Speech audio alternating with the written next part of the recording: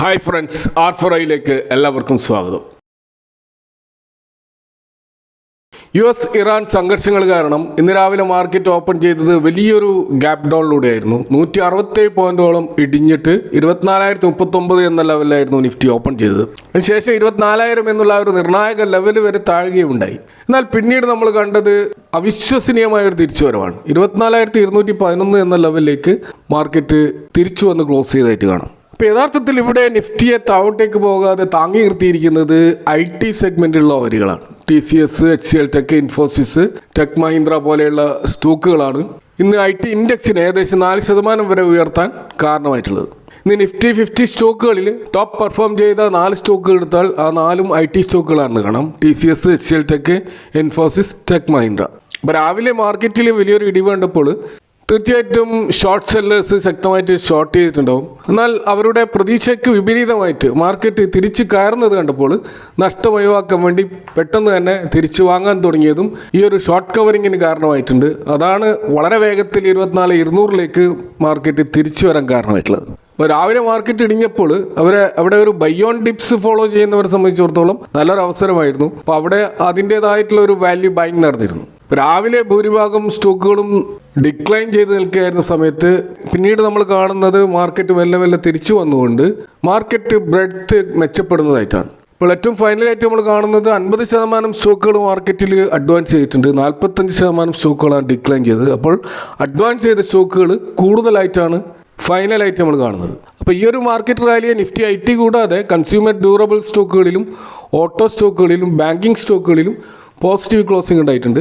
എന്നാൽ മറ്റ് പല സെക്ടറുകളിലും നെഗറ്റീവ് ക്ലോസിംഗ് ആണ്. കൂടാതെ ഇന്ത്യൻ റുപ്പി ഇന്ന് കുറച്ചുകൂടി ഡിപ്രിസിയേറ്റ് ചെയ്തതായിട്ട് കാണാം. ഇപ്പോൾ 95.67 എന്നുള്ള ലെവലിലാണ് നിൽക്കുന്നത്. അതുപോലെ ഇന്ത്യ വിക്സും ഇന്ന് 8% ഉയർന്നിരുന്നു. ഇപ്പോൾ 13 എന്ന ലെവലിലാണ് നിൽക്കുന്നത്. 11 എന്നുള്ള ആ ഒരു കംഫർട്ടബിൾ ലെവലിൽ നിന്നും കുറച്ചുകൂടി മാർക്കറ്റിൻ്റെ ഒരു ഫിയർ ഗേജ് ഉയർന്നു എന്നാണ് ഇത് സൂചിപ്പിക്കുന്നത്. ഇന്ന് ഇന്റർനാഷണൽ മാർക്കറ്റിൽ ബ്രണ്ട് ക്രൂഡിൻ്റെ വില ഏകദേശം 5% ഉയർന്നുകൊണ്ട് ഓൾമോസ്റ്റ് 80 ടച്ച് ചെയ്ത് നിൽക്കുകയാണ്. ഇപ്പോൾ ഹോർമസ് സ്ട്രൈറ്റുമായി ബന്ധപ്പെട്ട് ഏറ്റവും പുറത്തു വന്ന ലൈവ് ട്രാക്കിംഗ് ഡാറ്റ നമ്മൾ പരിശോധിച്ചാൽ US ഇറാൻ ഈ സൈനിക നീക്കങ്ങളെ തുടർന്ന് ഇപ്പോൾ സാധാരണയുള്ള ആ ഷിപ്പ് മൂവ്മെന്റ് ഇപ്പോൾ 38% മുതൽ 40% വരെയായിട്ട് ചുരുങ്ങിയിരിക്കുകയാണ്. അതായത് സാധാരണ നടക്കാറുള്ള ഷിപ്പ് മൂവ്മെൻറ്റുമായിട്ട് തട്ടിച്ചു നോക്കുമ്പോൾ 60%-ഓളം അവിടെ ഒരു സപ്ലൈ ചെയിൻ ഡിസ്ട്രപ്ഷൻ ഉണ്ടായിട്ടുണ്ട്. ഇപ്പോൾ കഴിഞ്ഞ 24 മണിക്കൂറിനുള്ളിൽ വെറും 12 മുതൽ 34 വരെ കപ്പലുകൾ മാത്രമാണ് ഈ പാതയിലൂടെ സഞ്ചരിച്ചതെന്നാണ് വിവിധ ഡാറ്റ ഏജൻസികൾ നൽകുന്ന റിപ്പോർട്ടുകൾ. അപ്പോൾ ഇത് കഴിഞ്ഞ 5 ആഴ്ചയിൽ ഏറ്റവും കുറഞ്ഞ നിരക്കാണ്. അപ്പോൾ ഏകദേശം 320-ലധികം കപ്പലുകൾ അക്രമ ഭീതി കാരണം കടലിൽ കാത്തുകിടക്കുകയോ അല്ലെങ്കിൽ സുരക്ഷിതമായ താവളങ്ങളിലേക്ക് മാറി നിൽക്കുകയോ ചെയ്യുകയാണ്. അപ്പോൾ ഇവിടെ ഇറാൻ്റെ ഒരു അവകാശവാദം തങ്ങളുടെ ഡ്രോൺ ആക്രമണങ്ങൾക്ക് പിന്നാലെ ഹോർമസ് വഴിയുള്ള കപ്പലുകൾ കടന്നു പോകുന്നത് ഇമ്പോസിബിൾ ആണ് എന്നാണ്. പാത പൂർണ്ണമായിട്ടും ഇറാൻ അടച്ചു എന്നാണ് ഇറാൻ പറയുന്നത്. എന്നാൽ അമേരിക്കൻ സൈന്യം ഇത് നിഷേധിച്ചിരിക്കുകയാണ്. കപ്പലുകൾ ജാഗ്രതയോടെ ഇപ്പോഴും കടന്നു പോകുന്നുണ്ടെന്നും ഇന്റർനാഷണൽ ഷിപ്പ് മൂവ്മെൻറ്റ് ഉറപ്പാക്കാൻ തങ്ങൾ സജ്ജമാണെന്നുമാണ് അമേരിക്ക പറയുന്നത്.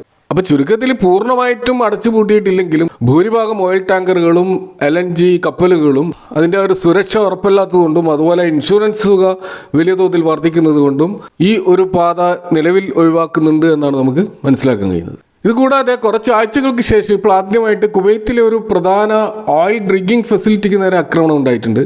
അപ്പോൾ നിലവിൽ അമേരിക്കൻ ബേസ് മാത്രം ആക്രമിച്ചുകൊണ്ടിരിക്കുന്ന ഇറാന് അടുത്ത അവരുടെ നീക്കം ഒരുപക്ഷെ ഇത്തരത്തിലുള്ള എണ്ണ ഉൽപ്പാദന കേന്ദ്രങ്ങളിലേക്ക് വ്യാപിക്കുക എന്നൊരു സ്ട്രാറ്റജി ആയിരിക്കും അവർ പിന്തുടരുക. തീർച്ചയായിട്ടും ഇത് ജിയോ പൊളിറ്റിക്കൽ ടെൻഷൻ കൂടുതൽ വഷളാകുമെന്നതിൻ്റെ ഒരു സൂചനയാണ്.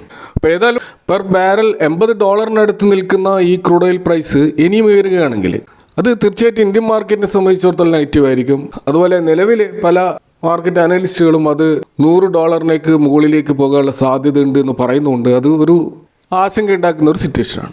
ഇത് നമ്മൾ ഇന്ത്യൻ മാർക്കറ്റിനെ കുറിച്ച് ഗോൾഡ്മാൻ സാക്സ് എന്ന് പറയുന്നത് US-ലെ ന്യൂയോർക്ക് സിറ്റി ബേസ്ഡ് ആയിട്ടുള്ള ലീഡിംഗ് ഗ്ലോബൽ മൾട്ടിനാഷണൽ ഇൻവെസ്റ്റ്മെന്റ് ബാങ്കും ഫൈനാൻഷ്യൽ സർവീസസ് ഫേമുമാണ്. അവർ ഇന്ത്യൻ മാർക്കറ്റിനെ കുറിച്ച് നടത്തിയിട്ടുള്ള ഏറ്റവും ലേറ്റസ്റ്റ് റിപ്പോർട്ട് പറയുന്നത് ജൂൺ 2027 നിഫ്റ്റി 26,500 എന്നുള്ള ലക്ഷ്യത്തിലേക്ക് തിരിച്ചു കയറുമെന്നാണ്. ഇപ്പോൾ നിലവിലുള്ള മാർക്കറ്റ് ഇടിവിൽ നിന്ന് ഏകദേശം 10 മുതൽ 15% വരെയുള്ള ഒരു ഉയർച്ചയാണ് അവർ പ്രതീക്ഷിക്കുന്നത്.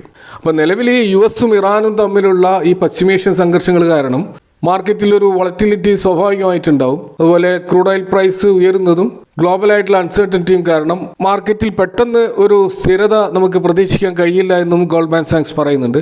അതുപോലെ 2026 ആദ്യത്തെ 6 മാസങ്ങളിൽ ഇന്ത്യൻ മാർക്കറ്റ് അതിൻ്റെ ഏറ്റവും ഉയർന്ന നിരക്കിൽ നിന്ന് ഏകദേശം 9% താഴത്തേക്ക് പോയിരുന്നു. അപ്പോൾ ആ ഒരു ഡ്രോ ഡൗൺ നിലവിൽ മാർക്കറ്റിൽ ഇതിനോടകം ഒരു കറക്ഷൻ ഉണ്ടാക്കിയിട്ടുണ്ടെന്നും ഗോൾഡ്മാൻ സാക്സ് പറയുന്നുണ്ട്. അപ്പോൾ അടുത്ത ഒരു വർഷത്തിനുള്ളിൽ നിഫ്റ്റി 50 ശക്തമായി തിരിച്ചു വരികയും 26,500 എന്നുള്ള പോയിന്റിലേക്ക് എത്തിച്ചേരുകയും ചെയ്യുമെന്ന് ഗോൾഡ്മാൻ സാക്സ് ഒരു ശുഭാപ്തി വിശ്വാസം വെച്ച് പുലർത്തുകയാണ്. അപ്പോൾ അവിടെ അവർ ഈ ഒരു തിരിച്ചുവരവിൽ നേട്ടമുണ്ടാക്കാൻ പോകുന്ന കുറേ സ്റ്റോക്കുകൾ ലിസ്റ്റ് ചെയ്തായിട്ട് കാണാം. അതിൽ ടോപ്പ് 15 സ്റ്റോക്ക് നമ്മൾ പിക്ക് ചെയ്ത് കഴിഞ്ഞാൽ കാണുന്നത് Reliance industries, HDFC bank, Adani enterprises, Adani power, Kotak Mahindra bank, NTPC, Hindustan aeronautics limited, power grid corporation, Adani green energy, InterGlobe aviation, HDFC life insurance, Indian hotels company, Mazagon dog ship builders, make my trip, eternal. ഇതൊക്കെയാണ് അവർ 15 സ്റ്റോക്കുകൾ അവർ suggest ചെയ്യുന്നത്. അപ്പോൾ അവിടെ banking സ്റ്റോക്കുകളും defence സ്റ്റോക്കുകളും അതുപോലെ energy security utility സ്റ്റോക്കുകളും അതുപോലെ tourism travel രംഗത്തുള്ള സ്റ്റോക്കുകൾക്കുമൊക്കെയാണ് ഇവർ പ്രാമുഖ്യം നൽകിയിരിക്കുന്നത്.